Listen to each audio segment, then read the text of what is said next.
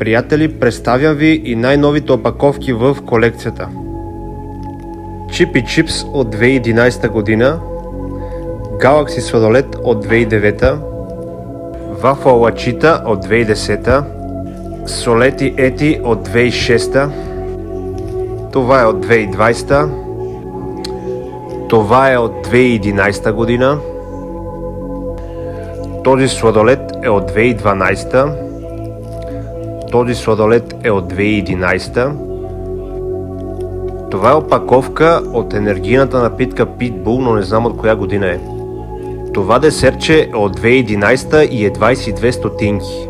Тези колички са от 2009, това е от 2017,